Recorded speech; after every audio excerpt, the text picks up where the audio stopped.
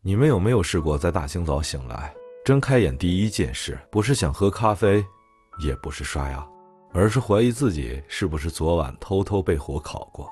我有，我是阿荣，马来西亚人，44岁，活得还算像个人一样，有份工作，有辆车，有个老婆，3个小孩，1个读中学，2个小学，加上1条永远都不听话的土狗，名叫 Donkey。听起来是不是挺体面？其实嘛，这就是我人生更年期的布景版。事情开始的时候，我还以为是天气，毕竟咱们马来西亚四季如夏，冷气坏了就像断气一样。结果我老婆看了我一眼，说：“老公，你是不是到了？”我愣了一下，到了哪里？更年期了。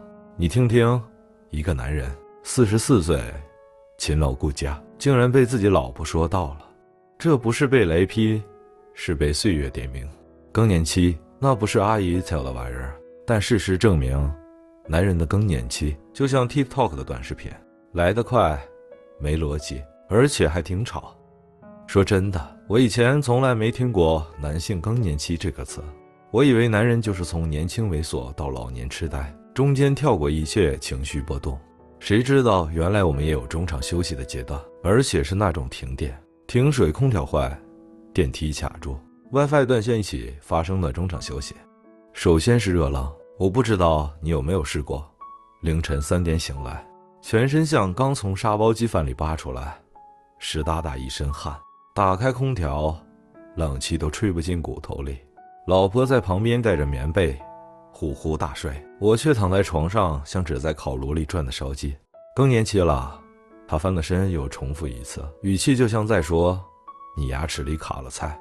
然后是心浮气躁。以前我遇到塞车顶多骂几句哎呦，另被赶时间赖。现在呢，我会跟前面的阿公跟私有司机吵到打电话报警，结果自己也被拖去警局做笔录，还要解释为什么。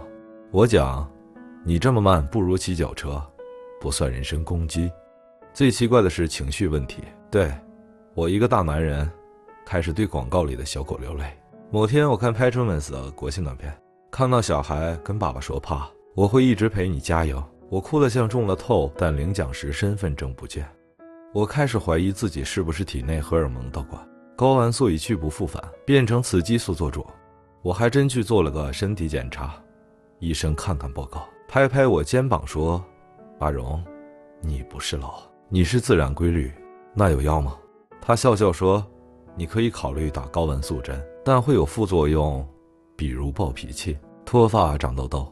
我已经有了，那就恭喜你，进阶版。”最令我坐立不安的，不是出汗、发火、流泪这些表面现象，而是突然间什么都不想干的那个时刻。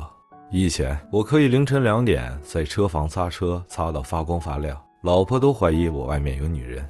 其实没有，我只是单纯热爱本田。我可以为了一碗好吃的生虾米粉，开车去到槟城，回程再顺便买盒豆蔻膏给丈母娘。你说这不是男人的巅峰状态是什么？现在呢，别说擦车，我连去厕所冲凉都要挣扎一下，什么都提不起劲。Netflix 看到一半也懒得选片，听老婆唠叨，我也懒得反驳。她说我像行尸走肉，我说我只是系统暂时关闭。她不信，逼我去见心理医生。心理医生是个年轻人，30出头，讲话轻轻的，戴眼镜，一看就像是读书读到没机会失恋的人。他问我最近有没有对人生失去热情，我点头。他又问有没有性欲减退，我本来想否认，结果一犹豫，他就写下性功能疑似低落。这下糟了，记录在案了。以后如果有一天我出名，这些资料一曝光，肯定上中国报头条，本地中年男子更年期失控，曾流泪看广告，性欲减退。但更糟的是，我开始觉得他讲的也没错。以前我看女明星还会眼睛发亮，现在看到 Angelina Jolie， 我只会想她的骨架应该有点痛吧。婚姻在这个阶段就像一锅炖了20年的老火汤，味道是有的，但汤色已经浑了，喝一口还得看当天心情。我跟我老婆结婚18年，感情算不上轰轰烈烈，但日子过得去。以前我哄他，老婆你今天穿得很美，他就笑得像中学生。现在我说同样的话，他只翻个白眼，是不是又做错事了？我试着解释我是更年期，不是出轨，他不信。他说你整天脸臭臭，有敏感，又讲一堆我觉得我没价值的鬼话，不像更年期，像快死的鱼。我说这不是快死，是再生，是凤凰要涅槃。他冷笑，你那只凤凰应该是烧焦了。我试着找回夫妻生活的激情。有一次我计划了一个周末小旅行，不带孩子，去佛罗交易住个4星酒店。我满心期待，准备了一件新泳裤，有点紧，但还能塞进去。还上网查了如何在中年点燃婚姻火花。结果第2晚他吃了海鲜中毒，上吐下泻。我一个人坐在马桶旁边拿毛巾给他擦汗，泳裤变成睡裤，激情变成肠胃药。那一晚我望着酒店天花板，突然明白了，更年期最大的痛苦不是身体变化，而是你在努力都敌不过时间的手。你想浪漫，他想睡觉；你想沟通，他想追剧；你想做点什么来证明我还可以，但现实告诉你，可以归可以，不要太勉强。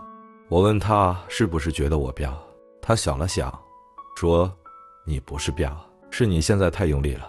我笑着说，不是用力，是回光返照。他瞪我，要死不要拉着我。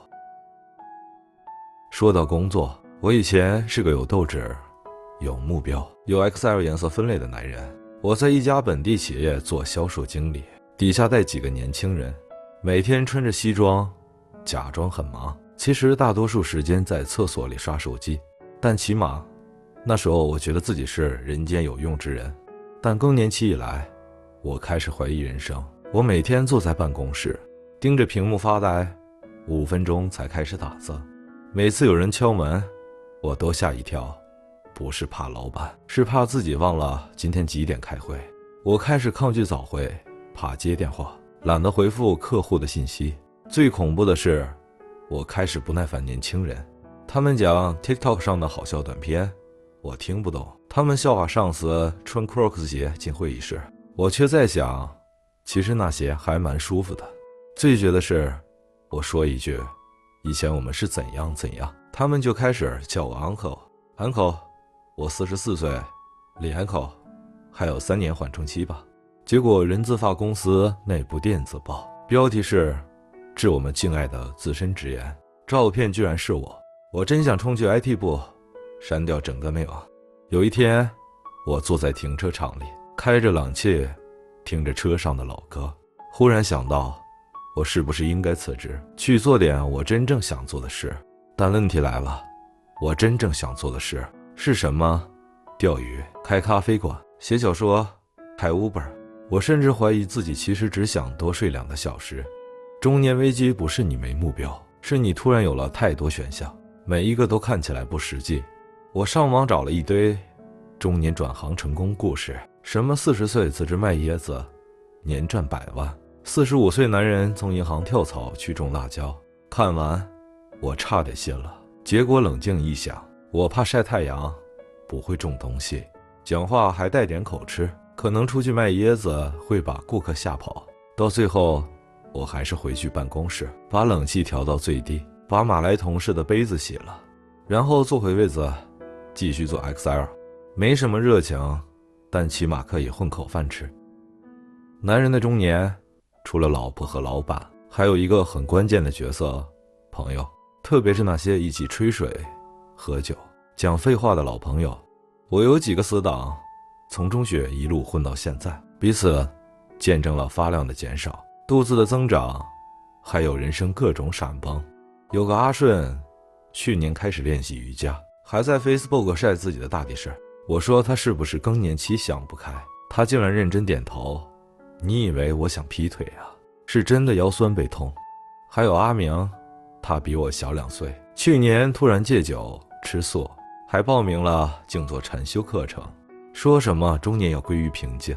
我问他是不是离婚了，他说没有了，我是看了医生，胆固醇太高。你看，这就是我们这一代男人的浪漫，不是情书，不是玫瑰，而是健康检查报告。我们偶尔还会聚餐，一边吃卤猪脚，一边讲人生苦楚。讲到一半，有人突然沉默，我说是不是感触？他说不是，是血压飙高，当下要吃药。然后大家笑成一团，不是因为好笑，是因为我们知道，至少我们不是一个人。后来我渐渐明白，所谓更年期不是退化，而是身体在提醒你，你已经到了要慢一点，看多一点，放下一点的阶段。你不能再熬夜追球赛，也不能像20岁那样走3楼不喘气，但你可以学着享受洗碗时的水声，或是早上6点醒来，看老婆还在呼呼大睡，然后默默下楼泡一杯3合1咖啡，跟丹 K 说话，喂，老狗，你也更年期了啊。他会看我一眼，慢慢的躺下去，像是懂。我也躺下去，躺在客厅的藤椅上，听风扇转啊转，转出一个新节奏。44岁，不年轻也不算老，像一个停在红绿灯之间的十字路口，你不知道该直走、左转，还是掉头，但你知道不能熄火。我还没完全适应这个版本的自己，容易累，容易热，容易感伤，但我知道，这不是失败，这是升级前的卡顿。我的生活没有热血沸腾的高潮，只有冷气房里反复发作的微汗，但我依旧在过，依旧在笑，依旧在说，阿荣，还可以的了。